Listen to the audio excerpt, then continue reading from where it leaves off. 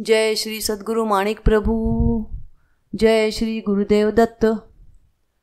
अध्याय 18। माणिकनगरमध्ये राहण्यासाठी काही नियम पाळणे आवश्यक होते।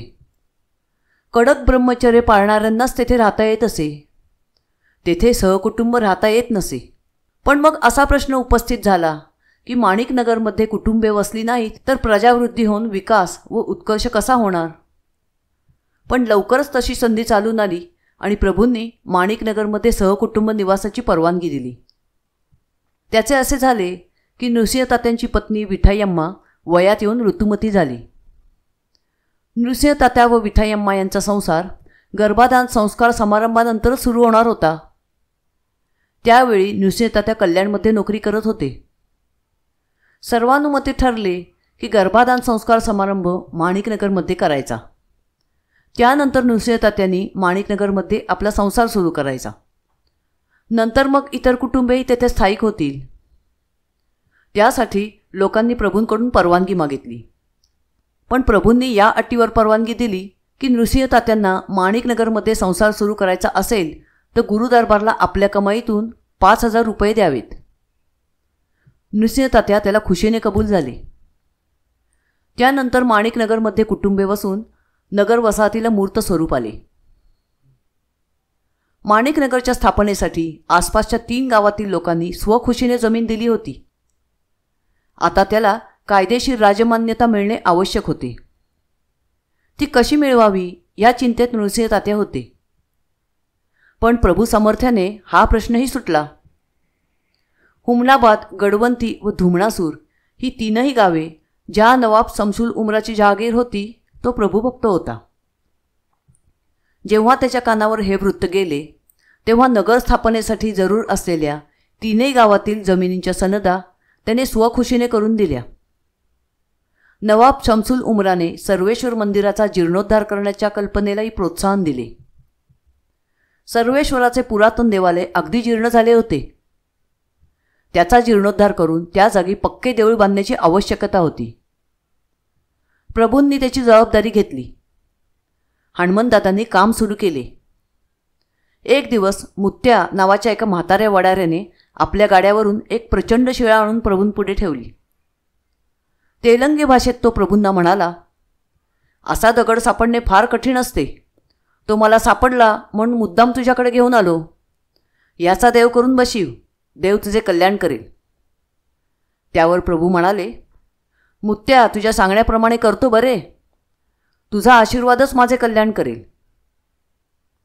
शंकराच्या पिंडीसाठी उत्तम दगडाची सोय तर देवाने केली होती।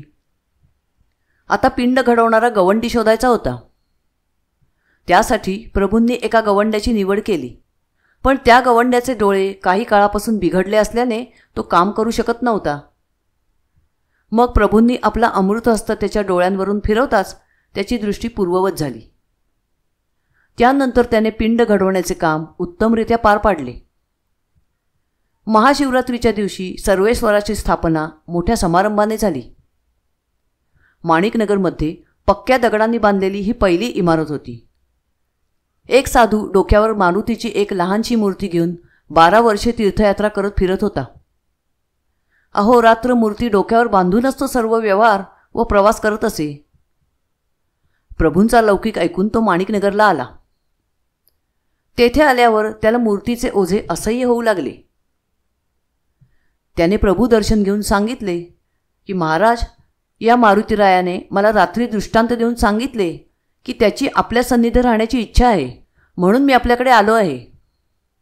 आपण ही मूर्ती माझ्या डोक्यावरून काढून आपल्याला योग्य वाटेल त्या ठिकाणी स्थापन करावी। प्रभूंनी मूर्ती त्याच्या डोक्यावरून उतरवून त्याला मुक्त केले। मग हनुमंतदादांनी पक्क्या चुने गच्चीचे देऊळ बांधून मारुतीची स्थापना केली। अशा तऱ्हेने हळूहळू पक्क्या चुने गच्ची इमारती बांधण्यास सुरुवात झाली। हळूहळू माणिकनगरची वस्ती वाढू लागली। माणिकनगरच्या पूर्वेस असलेल्या वृषजा व गुरुगंगा या 2 नद्यांच्या संगमावरची जमीन अत्यंत सुपीक होती। हनुमंतदादांनी तेथे आंब्याची व इतर झाडे लावून तो परिसर नयनरम्य केला। तेथे गोसावी, बैरागी, साधू इत्यादींचे उतरण्याची सोय केली। वासगी काळप्पा नावाच्या एका शिष्याने तेथे शंकराचे मंदिर उभारले. शेकडो तपस्वी तेथे उतरू लागल्यामुळे माणिकनगर हे आकर्षक स्थान बनले. प्रभूंनी मुसलमानांसाठी उत्तर दिशेच्या टेकडीवर एक स्थान निवडून तेथे आपल्या टोपीचा प्रसाद ठेवून त्यावर छल्ला बांधविला.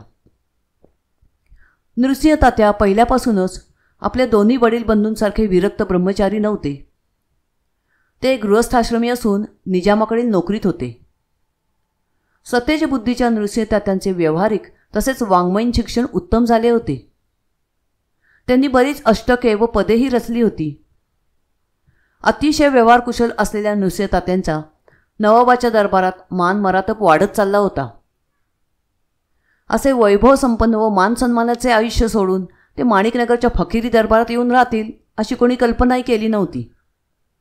ते कल्याणलाच राहतील आणि माणिकनगरची व्यवस्था जाऊन येऊन पाहतील अशी सर्वांची अटकळ होती. बरेच दिवस झाले तरी नृसिंह तात्या कल्याणला परत जाण्याचे नाव काढेनात. मातुश्री बयामांनी त्याबद्दल त्यांना प्रभूंकरवी विचारले. तेव्हा नृसिंह तात्यांनी सांगितले की मी राजीनामा देऊन आलो आहे आणि आता परमपूज्य मातुश्री व 2 जगतवंद्य बंधूंचे चरण सोडून मी कुठेही जाणार नाही. आपली सेवा करण्यासाठी मी माणिकनगरमध्येच राहणार आहे. हे ऐकून मातुश्रींना एका बाजूने दुःख झाले की आपले 2 पुत्र तर संन्यासी आहेतच, पण आपला तिसरा व्यावहारिकदृष्ट्या कर्तबगार पुत्र राजदरबारातील राज ऐश्वर्य उपभोगत आनंदी जीवन जगत आहे. असे वैभव संपन्न जीवन उपभोगत आपल्या पत्नीसह संसार करायचे सोडून तो इथे जंगलात फकीरांच्या गोटात आणि गवताच्या झोपडीत येऊन राहणार.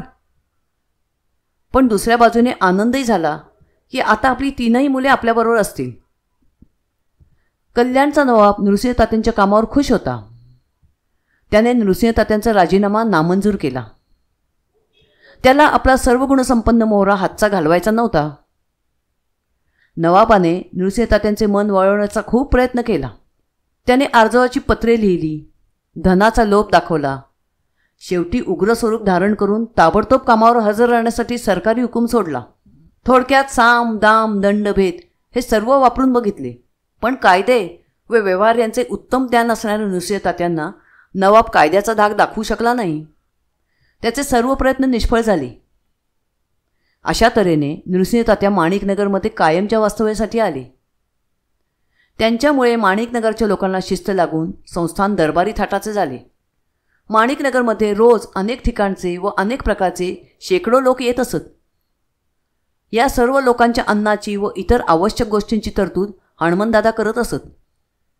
लहान मुलांसाठी दूध, भंडारखान्यात न जेवणाऱ्यांसाठी शिधा सामुग्री, तसेच गरज पडल्यास धोतरे, अंगरखे, घोंगड्या इत्यादी वस्त्रे पुरवणे, गोसावी, साधू, संन्यासी वगैरेंना लागेल ते पुरवणे इत्यादींसारखी कामे ते कुशलतेने व हौसेने करत असत. नृसिंह तात्या लहान वयापासून राजदरबारात वावरत होते. त्यामुळे शिस्त, सुव्यवस्था, दरबारी थाट इत्यादींचे ते भोगते होते. त्यांच्यामुळे संस्थानला दरबारी वळण लागले.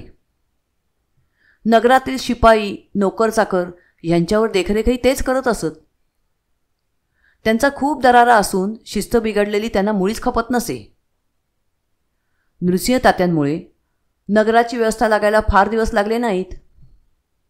थोड्याच दिवसात माणिकनगरला लहानशा राजधानीचे स्वरूप प्राप्त झाले. प्रभूंचे माणिकनगरमध्ये कायमचे वास्तव्य झाल्यापासून प्रभूदर्शनासाठी अतोनात गर्दी लोटू लागली. प्रभूंची कीर्ती काशीपासून रामेश्वरपर्यंत पोहोचली होती. यात्रेकरू मुद्दाम वाट वाकडी करून माणिकनगरला येत असत. प्रभू सर्व काळ आत्मरूपात निमग्न राहून आत्मानंदात डुलत राहत. कोणत्याही प्रसंगाने त्यांच्या स्थितीत बदल होत नसे. वरकरणी असे दिसत असले तरी प्रभूंनी आपल्या भक्तांवरील सर्व संकटांचे ओझे आपल्या शिरावर घेऊन त्यांना निर्भयता दिली होती. प्रभूंजवळ अपपर भाव नव्हता. हिंदू, मुसलमान, शीख, लिंगायत, जैन इत्यादी अनेक धर्मांचे लोक प्रभूदर्शनाला येत असत.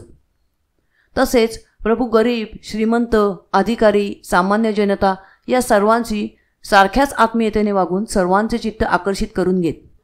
जय श्री सद्गुरू माणिक प्रभू. जय श्री गुरुदेव दत्त.